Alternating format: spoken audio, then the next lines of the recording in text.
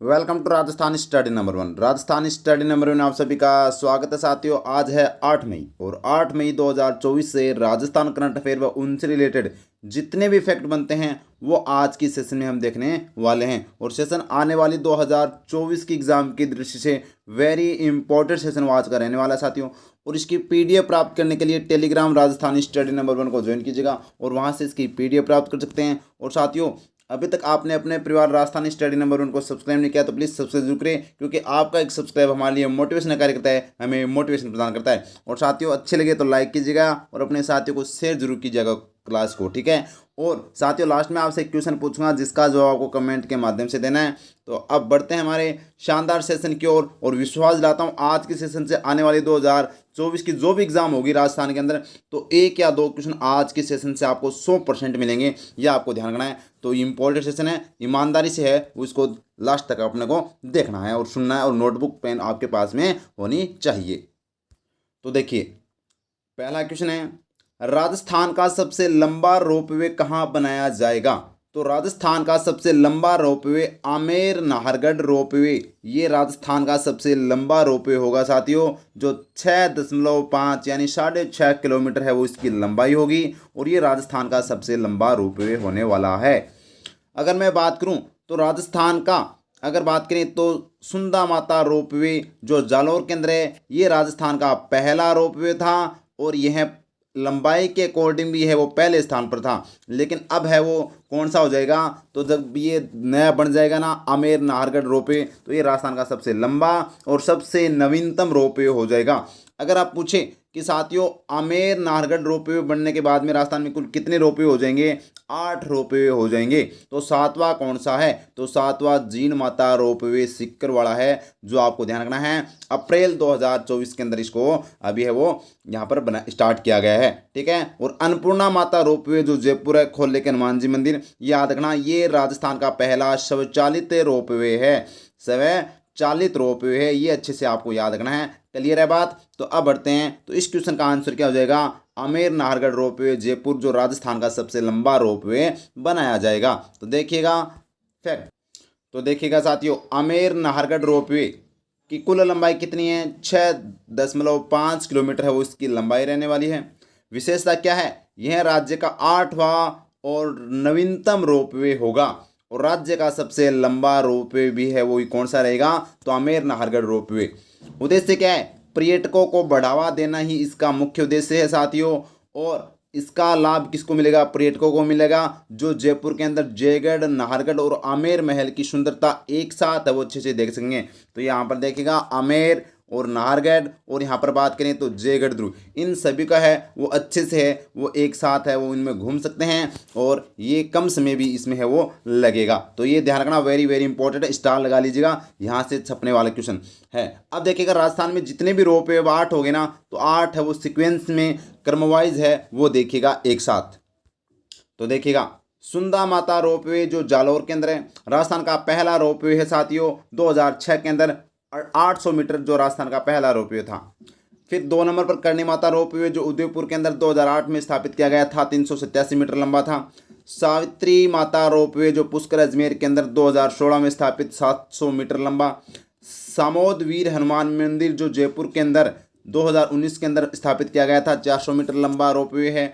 और अन्नपूर्णा माता रोपवे जो जयपुर में है 2023 के अंदर 436, और पहले शौचालित यानी राजस्थान का पहला शौचालित कौन सा है? तो अन्नपूर्णा यानी ऑटोमेटिक। और उसके बाद में निम्मच माता रोपवे उदयपुर में जो 22 जनवरी 2024 को स्थापित किया गया था। और फिर जीण माता रोपवे सिक्कर के अंदर जो 10 अप्रैल 2024 को 500 मीटर लंबा, और ये राजस्थान का 7वां था। और साथियों, हाल में आमेर नाहरगढ़ रोपवे जो जयपुर के अंदर नवीनतम और 4.5 किलोमीटर या 6.5 किलोमीटर और राजस्थान का सबसे लंबा और नवीनतम रोपवे हो जाएगा। तो ये ध्यान रखना। तो राजस्थान में कुल कितने रोपवे हैं? तो राजस्थान में कुल अगर पूछे तो 8 रोपवे हैं। क्लियर है बात? क्लियर है? अच्छे से लाइक कीजिएगा साथियों, और विश्वास दिलाता हूँ एक भी क्वेश्चन बाहर नहीं जाने दूंगा राजस्थान करंट अफेयर का। जितना मेरे को विश्वास है, 2-3 साल से मैं जितना पढ़ा रहा हूँ, एक भी क्वेश्चन बाहर नहीं जाता है, ये देख लीजिएगा। आप ईमानदारी से बस क्लास को लेना, 10-15 मिनट की क्लास रहती है और बाकी मेरे पर छोड़ देना।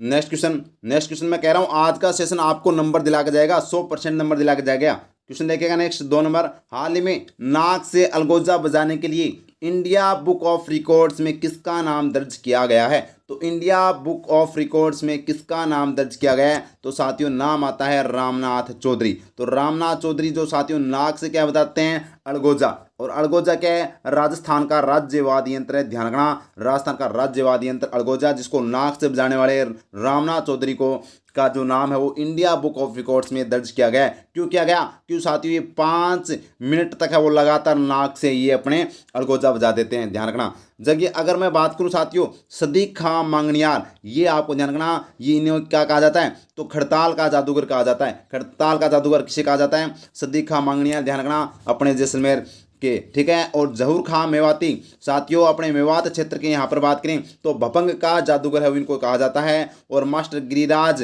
की बात करें जो भरतपुर के हैं, इनको नौटंकी का जादूगर कहा जाता है। और रामनाथ चौधरी को है वो अड़गोजा का जादूगर कहा जाता है। तो क्लियर है बात। तो इसका राइट आंसर क्या हो जाएगा? रामनाथ चौधरी अपना राइट आंसर है। अब देखिएगा इनके बारे में क्या विशेषता है और क्या क्वेश्चन बन सकते हैं। तो देखिएगा रामनाथ चौधरी का उपनाम क्या है भाई? अलगोजे का जादूगर। तो अलगोजे का जादूगर किसे कहा जाता है? रामनाथ चौधरी को। ध्यान रखना, ये 80 वर्ष के हैं। और आपको बता दूं इनके बारे में क्वेश्चन आ चुका है, आरपीएससी के द्वारा एग्जाम में क्वेश्चन पूछा जा सकता है। 80 वर्षीय जो साथियों रामनाथ चौधरी, इनको अलगोजे का जादूगर कहा जाता है। चर्चा में क्यों है? क्योंकि अभी हाल में इनको इंडिया बुक ऑफ रिकॉर्ड्स में इनका नाम दर्ज किया गया है। इनका जिला की बात करें तो ध्यान रखना पदमपुरा गांव है और जयपुर ग्रामीण जिला आता है। जयपुर ग्रामीण जिला और पदमपुरा गांव अच्छे से याद रखना भाई। और रिकॉर्ड्स की बात करें तो नाक से 5 मिनट 5 सेकंड तक अड़गोजा बजाकर इंडियन बुक ऑफ रिकॉर्ड्स में नाम दर्ज कर इतिहास रचा है। लगा लीजिएगा स्टार, छपेगा क्वेश्चन, ठीक है, छपेगा साथियों। पहले क्वेश्चन सीधा पूछ लिया जाता था, तो करंट के संदर्भ में आपसे पूछा जा सकता है रामनाथ चौधरी के बारे में, अच्छे से याद रखना। और इनकी और क्या विशेषता है? दुनिया के एकमात्र नाक से अलगोजा बजाने वाले व्यक्ति हैं। और 12 फीट इनकी लंबी मूछें हैं। और कच्छी घोड़ी जो शेखावाटी में किया जाता है साथियों, ये इसके नृत्य के भी कलाकार हैं। तो देख लीजिएगा ये इनकी विशेषता है। 80 वर्षीय ये साथियों, और वैसे 11 वर्ष की उम्र में इन्होंने यह अलगोजा बजाना स्टार्ट कर दिया था। तो देख लीजिएगा। और बहुत सी फिल्म, एक फिल्म आपको मैं बता देता हूँ, आपने नाम तो सुना होगा टर्टल साथियों। टर्टल फिल्म के अंदर है जो इसको 66वां राष्ट्रीय जो फिल्म पुरस्कार दिया गया था बेस्ट राजस्थानी फिल्म के अंदर। इसके अंदर मुख्य किरदार किसने निभाया था? रामनाथ चौधरी ने। तो ध्यान रखना, लगा लीजिएगा स्टार, क्वेश्चन छपेगा, छपेगा, कोई रोकने वाला नहीं है। आगे देखिएगा। इसके अलावा मैंने ये भी बता दिया भपंग का जादूगर कौन है भाई? अरे भपंग का जादूगर कौन है? तो ये भपंग का जादूगर कौन है भाई? याद रखना कौन थे? तो मेवाती थे, याद रखना अच्छे से। और अगर मैं बात करूँ खड़ताल का जादूगर सदीक खां मांगनियार, और साथियों अपने नौटंकी का जादूगर है वो गिरिराज, मास्टर गिरिराज है, अच्छे से याद है, वो आपको होना चाहिए। आगे देखिएगा, नेक्स्ट क्वेश्चन देखिएगा। 8 मई को राजस्थान के मतदान यानी किस है ये? राजस्थान के किस मतदान केंद्र पर लोकसभा चुनाव 2024 के लिए पुनर्मतदान किया जाएगा? लगा लीजिएगा स्टार। तो यहाँ पर पुनर्मतदान है वो किया जाएगा दुधवा खुर्द बाड़मेर में 8 मई को, आज ही के दिन है वो साथियों किया जाएगा। क्यों किया जाएगा? कुछ फर्जी वोटिंग की वजह से है वो यहाँ पर निर्वाचन आयोग ने फैसला लेते हुए वो पहला वाला चुनाव रद्द कर दिया। 8 मई को आज है वो फिर से पुनर्मतदान है वो रिकाउंट यानी रीवोटिंग है वो इसके अंदर होने वाली है। अगर मैं बात करूँ साथियों बागीदोरा बांसवाड़ा, यहाँ पर हाल ही में राजस्थान के विधानसभा उपचुनाव है वो करवाए गए हैं, ध्यान रखना, वेरी इंपॉर्टेंट।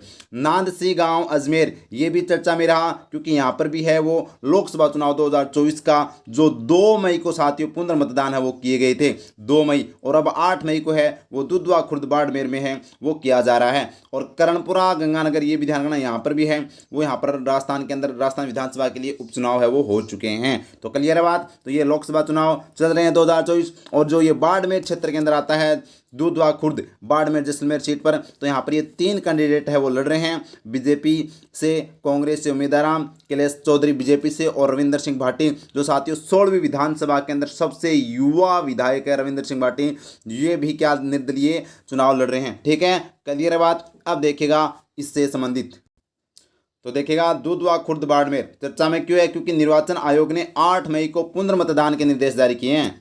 मतदान 54 मतदान केंद्र संख्या 50 पर किए जाएंगे पुनर्मतदान। और प्रवीण गुप्ता कौन है? तो मुख्य निर्वाचन अधिकारी है। अब आप मेरे को ये भी बताना आपको कमेंट में कि भारत के मुख्य निर्वाचन आयुक्त कौन है? भारत के मुख्य निर्वाचन आयुक्त कौन है? जबकि राजस्थान के मुख्य निर्वाचन आयुक्त है कौन है भाई? डिब्बी या मधुकर गुप्ता। कौन है भाई? मधुकर गुप्ता है, ये ध्यान रखना। जबकि भारत के मुख्य निर्वाचन आयुक्त कौन है? कमेंट में आपको बताना है।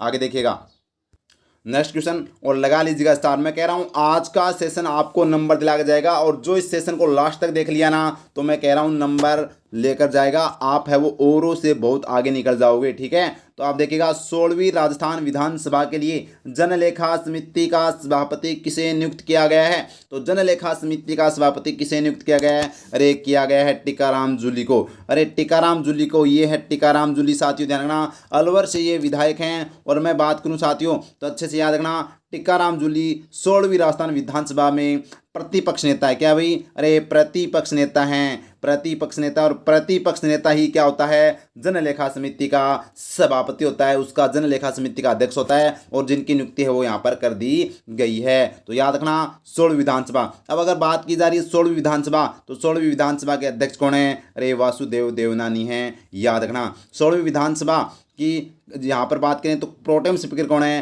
कालीचरण सराफ है। और 16वीं विधानसभा के मुख्यमंत्री कौन है? भजन लाल शर्मा है। तो अच्छे से है वो क्लियर होना चाहिए। और वर्तमान में ही है 16वीं विधानसभा चल रही है। आगे देखिएगा इससे संबंधित अपने फैक्ट। तो देखिएगा ये रही अपनी राजस्थान की विधानसभा, और जिसके यहाँ पर कौन सी विधानसभा चल रही है? 16वीं विधानसभा चल रही है। और इसके अध्यक्ष कौन है? तो वासुदेव देवनानी हैं। प्रोटेम स्पीकर कालीचरण सराफ हैं। विपक्ष के नेता टीकाराम जूली। और जनलेखा समिति के अध्यक्ष भी कौन है? तो ये इनको नियुक्त किया गया है टीकाराम जूली को। ध्यान रखना, जूली जूली तेरे लिए चढ़ जाऊं सुलिए ना, तो टीकाराम जूली। और यहाँ पर बात करें तो मुख्यमंत्री भजन लाल शर्मा, और उप मुख्यमंत्री 16वीं विधानसभा कौन है? तो दिया कुमारी और प्रेमचंद बेरवा है। और अगर मैं बात करूँ तो 16वीं विधानसभा के अंदर सबसे युवा विधायक रविंद्र भाटी है, ध्यान रखना। और जबकि सबसे बुजुर्ग जो विधायक है वो कौन है? तो हरिमोहन शर्मा है। कौन है? हरिमोहन शर्मा है। इसके अलावा आपसे पूछे कि 16वीं विधानसभा में कुल महिला विधायक कितनी है? तो 20 महिला विधायक हैं। और अगर मैं बात करूं 16वीं विधानसभा के अंदर सबसे ज्यादा मतों से जीतने वाली कौन थी? अरे दिया कुमारी। दिया कुमारी जो विद्याधर नगर से 71,000 वोटों से जीती थी। जबकि सबसे कम वोटों से 321 वोटों से कौन जीते थे? तो हंसराज पटेल कोटपुतली से। ये आपको है वो बातें अच्छे से समझ में आ गई, तो इनको नोट कर लेना। और PDF आपको टेलीग्राम पर मिल जाएगी, ज्वाइन कर लेना, ठीक है, टेलीग्राम को अच्छे से। आगे देखेगा नेक्स्ट क्वेश्चन। और नेक्स्ट क्वेश्चन अपना, हाल ही में जयपुर में आयोजित राज्य स्तरीय यूथ एथलेटिक्स चैंपियनशिप में 100 मीटर दौड़ में सबसे तेज धावक का खिताब किसने जीता है? तो ये जीता ग्रंथ महलावत ने। याद रखना, ग्रंथ महलावत ने है वो 100 मीटर का खिताब है वो जीता है, जो जयपुर के अंदर आयोजित था राज्य स्तरीय यूथ एथलेटिक्स चैंपियनशिप। अब अगर बात करें अनुप्रिया व्यास, तो आपको मैंने बताया था लंदन मैराथन हुई थी, जिसमें राजस्थानी पोशाक के अंदर यहाँ पर दौड़ लगाई थी अनुप्रिया ने। मोनिका जाट की बात करें तो हरियाणा के अंदर जो खेलो इंडिया साइकिलिंग जो गेम था उसके अंदर ये वहाँ पर मोनिका जाट ने कौन सा पदक जीता है? तो गोल्ड। और महेश्वरी चौहान का वो पेरिस के अंदर क्या हुआ भाई? तो यहाँ पर इनका क्वालिफाई हुआ है पेरिस ओलंपिक के लिए। महेश्वरी चौहान ने शूटिंग के अंदर क्या किया है? क्वालिफाई किया है। क्लियर है बात? क्लियर है। तो अब आगे देखिएगा तो मोनिका जाट ने क्या जीता? मोनिका जाट ने गोल्ड मेडल जीता भाई, ठीक है। आगे देखिएगा तो देखिएगा ग्रंथ महलावत जयपुर में आयोजित राज्य स्तरीय यूथ एथलेटिक्स कौन भाई? एथलेटिक्स चैंपियनशिप में 100 मीटर दौड़ में क्या जीता? स्वर्ण पदक है वो जीता है। ये जो कल के हमने 7 मई 2024 के जो इंपॉर्टेंट क्वेश्चन देखे थे वो हम फटाफट क्या कर लेते हैं? रिवीजन कर लेते हैं उनका। तो कल हमने देखा था राजस्थान में पहली बार बैटरी से संचालित इको फ्रेंडली नाव का संचालन कहाँ किया जाएगा? तो ये कहाँ पर किया जा रहा है? तो ये याद रखना पिछोला झील के अंदर है वो इसका आयोजन किया जा रहा है। यानी कि आयोजन क्या किया जा रहा है? संचालन किया जा रहा है। इको फ्रेंडली नाव है वो चलाई जाएगी, याद रखना अच्छे से। और ये पिछोला झील कहाँ पर? उदयपुर के अंदर है। क्लियर है बात? आगे देखिएगा। और नेक्स्ट क्वेश्चन है वेंड इन इंडिया एक्सपो का आयोजन कहाँ किया जा रहा है? तो ये जयपुर के अंदर है वो इसका आयोजन किया गया था। नेक्स्ट क्वेश्चन है जून माह में होने वाले राजस्थानी भाषा साहित्य पुरस्कार समारोह में मायड भाषा राजस्थानी लेखन सम्मान किसे दिया जाएगा? तो ये तरुण कुमार धादीज को है वो दिया जाएगा। आगे देखिएगा। और नेक्स्ट क्वेश्चन है केंद्रीय पर्यटन मंत्रालय ने राजस्थान के किस स्थान को cool summers of India campaign के लिए चयनित किया गया है? तो माउंट आबू सिरोही को है वो चयनित किया गया है घूमने के लिए गर्मियों की छुट्टियों में। और BSF open national karate championship में जूही प्रजापति ने कौन सा पदक जीता है? तो ये जूही ने जीता है गोल्ड मेडल। ये ध्यान रखना अच्छे से, क्लियर है बात। और ये आज का प्रश्न आपके लिए कमेंट के माध्यम से आपको बताना है कि राज्य SSO AMS प्रणाली के माध्यम से उपस्थिति दर्ज करने की शुरुआत किसने, कौन से विभाग ने की है? शिक्षा विभाग, जन स्वास्थ्य अभियांत्रिकी, भूजल विभाग, उद्योग एवं वाणिज्य विभाग और सामाजिक न्याय अधिकारिता विभाग। कौन सा इसका राइट आंसर? कमेंट के माध्यम से कमेंट बॉक्स में जरूर कमेंट करके बताइएगा। उम्मीद करता हूँ अच्छे सेशन आपको समझ में आया होगा। लाइक कीजिएगा, शेयर कीजिएगा और अपने परिवार को सब्सक्राइब करना न भूलें। Thank you. जय हिंद, जय भारत माता की।